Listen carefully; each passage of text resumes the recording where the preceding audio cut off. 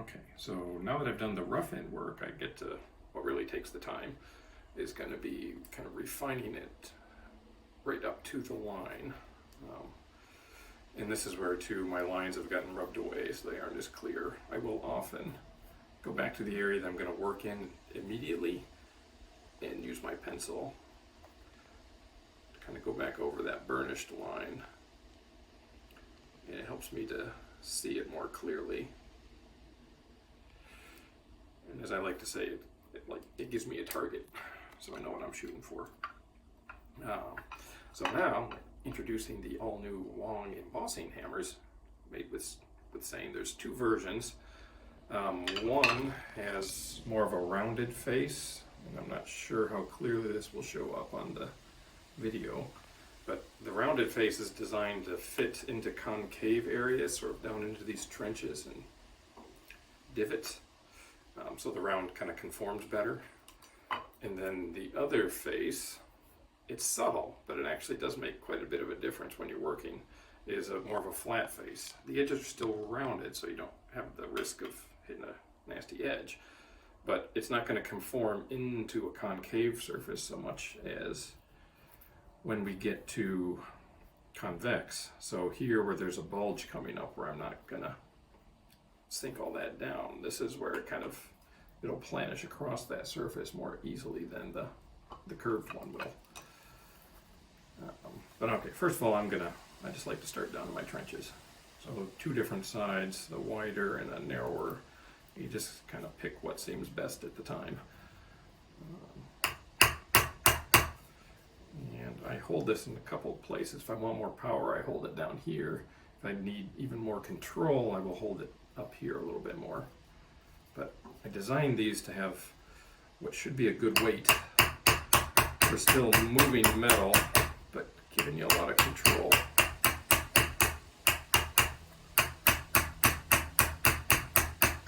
And I'm starting kind of far away and working towards that line. I don't try and start right up at the line.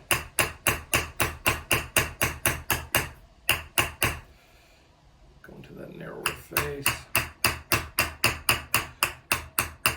Do a section here where I work it up to the line.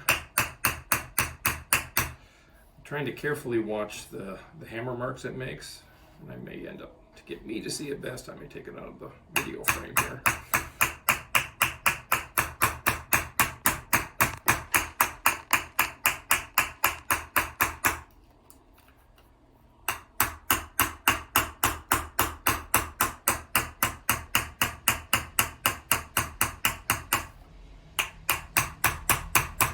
I'll just do a little bit at this point. So I've kind of worked it up to the line there. Now I'm going to spin this around and I'm going to work from this other side and bring it up to the line. And this is how I get those raised peaks.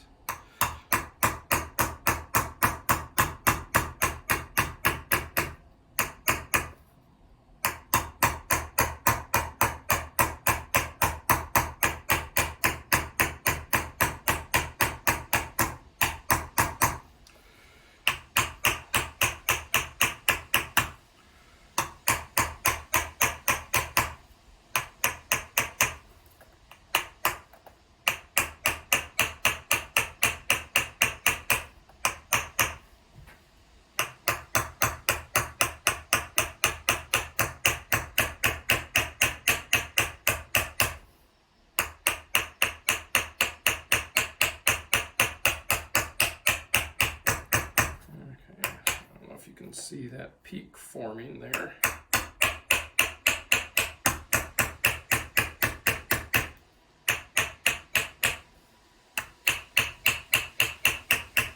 To get it really crisp, I usually need to do a second course or go back with a traditional chasing tool.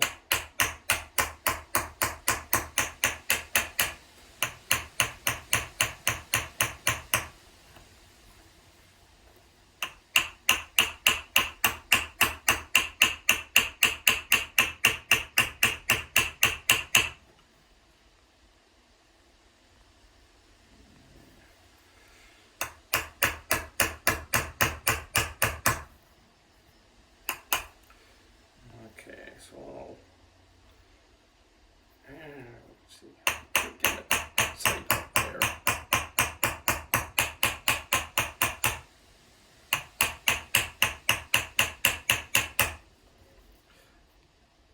Okay, I'll kind of quit fussing on this right now, and so that's kind of a peak section.